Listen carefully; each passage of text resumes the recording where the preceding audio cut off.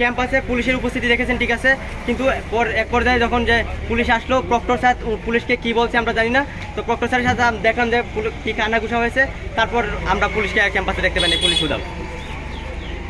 আর আজকের যে ছাত্রলীগ ক্যাম্পাস থেকে পালিয়ে গেছে, এটার মেন ভূমিকা ছিল প্রশাসন এবং যে ওই ছাত্রলীগের ডিপার্টমেন্টের শিক্ষকেরা নিয়ে যাওয়া হয়েছে এবং তাকে মানে এই একটা সেফ এক্সিট দেওয়া হয়েছে, বিশ্ববিদ্যালয় প্রশাসনের সহযোগিতায় তাকে সেফ এক্সিট দেওয়া হয়েছে।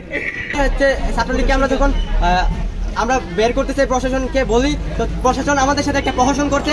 প্রশাসন বলে যে তোমাদের সাথে আসো, আলোচনা করবো। তো আমাদেরকে আলোচনার কথা নিয়ে একটা রুমে যাই, মানে আলোচনার নামে তারা আমাদের সাথে অনেকক্ষণ প্রহসন করে এবং পরবর্তীতে আমাদেরকে বলে যে তোমরা যাও, আমরা দেখতেছি ব্যাপারটা। তখন আমরা বাইরে আসি, দেখি যে বিশ্ববিদ্যালয়ের প্রশাসন এবং যে তাদের বন্ধু বান্ধব এবং তাদের কিছু যে ছাত্রলীগের কথিত যে সন্ত্রাসী এখন যে বিভিন্ন সময় যে সাধারণ শিক্ষার্থীদের সাথে মিশে গেছে, তারা তাদের সহযোগিতায় তাকে ক্যাম্পাস থেকে বের করে দিতে চায়। তো এক পর্যায়ে আমি যে তাকে যে পরিবহনকারী মোটরসাইকেলের সামনে যাই, তো মানে তারা আমার উপর দিয়ে মোটরসাইকেল চালিয়ে দেওয়ার চেষ্টা করছে।